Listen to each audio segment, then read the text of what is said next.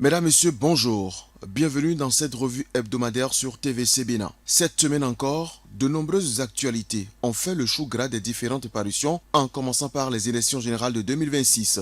Oui, 2026 ce n'est pas demain, mais c'est déjà aujourd'hui dans les coulisses du pouvoir. Les alliances se nouent, se dénouent et parfois s'embourbent. Les figures emblématiques de la scène nationale affûtent déjà leur stratégie. Le rapprochement inattendu entre Adrien Ngwedji et Boni Yayi intrigue les observateurs. Le quotidien Jakpata s'interroge. 2026 en ligne de mire, la rencontre Ngwedji-Yayi, un tournant stratégique, d'autres voix plus critiques fustigent ce rapprochement. Yayi-Ngwedji, un rapprochement caduc, cassé et crasseux, peut-on lire à la une de l'alternative. Plus mesuré, Gaskiani Info note que Ngwedji multiplie les consultations, tandis que Info Matin s'interroge également sur les réelles intentions du PRD et affiche que réserve le PRD au peuple. Mais pour le quotidien Dynamisme Info, pas d'inquiétude. Il s'agit plutôt d'une posture de rassembleur qui visiblement embarrasse les alliés. Loin des sorties incessantes de Adrien Ngwedji, les tensions de plus en plus vives au sein de la force Kori pour un Bénin émergent ont retenu l'attention des confrères. Alain Adiou, suspendu puis démissionnaire, est accusé de duplicité. Le Béninois libéré parle de démission factice. Le Télégramme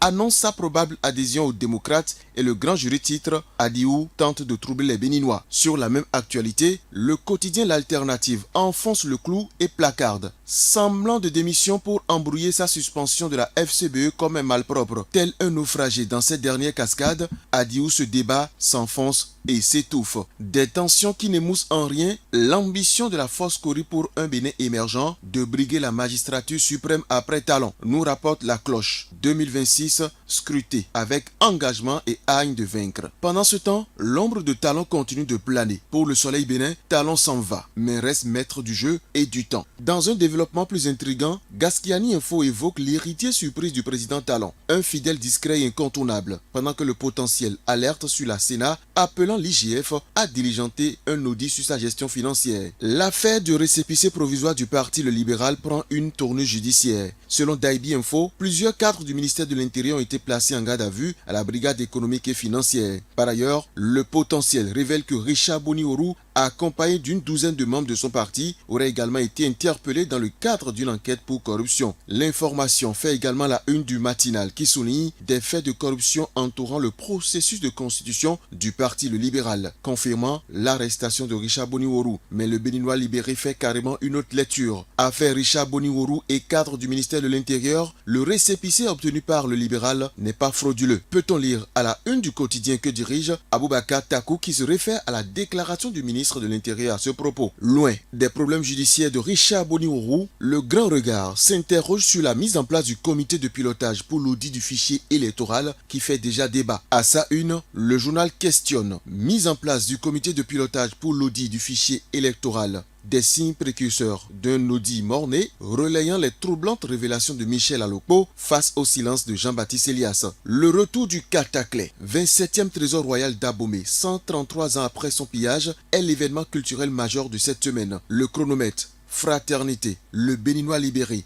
Décryptage Info, la primeur et le Télégramme saluent une victoire diplomatique de plus pour Patrice Talon et une avancée dans la reconquête mémorielle du Bénin. Pendant ce temps, dans les collectivités, des scandales secouent l'Atlantique. À l'ADA, le potentiel révèle que Edmond Zinsou, un chef d'arrondissement incarcéré, continue de percevoir son salaire. 7,2 millions de francs CFA détournés placardent le potentiel en manchette. Au mépris des tests, le secrétaire exécutif virait chaque mois 300 000 francs CFA à l'élu condamné à 24 mois de prison. Une procédure judiciaire pour décourager la dilapidation des fonds publics s'impose, selon le journal de Adrien Atingpaton. Dans le même sillage, Palabre au quotidien informe que les secrétaires exécutifs de Tokuntuna et Adjara ont été révoqués en Conseil des ministres. Parlons à présent éducation, avec les examens nationaux qui s'approchent. 139 000 candidats attendus pour le brevet d'études du premier cycle 2025 dès le 9 juin prochain, informe Fraternité, pendant que le retrait des convocations pour les candidats libres au bac 2025 est ouvert jusqu'au 12 juin. Sur le plan foncier, l'identification des réserves administratives à Abomey-Calavi provoque des nuits blanches pour les mafieux. Selon Info Matin, Dynamisme Info, quant à lui, porte la voix des acquéreurs de parcelles qui demandent que leurs doléances soient prises en compte dans un projet de gare routière dont la construction est annoncée à Weiho. Le pays est en deuil. nous informe Fraternité. Richard Dafia, commis de la Hague, s'est éteint, tout comme le journaliste Niquez Miguel, sans occulter le patriarche Amos Elegbe, qui laisse aussi un vide immense au sein du peuple tchabais, selon Daibi Info. Finissons cette revue avec un fait divers relayé par Palabre au quotidien. Le vol d'$1 million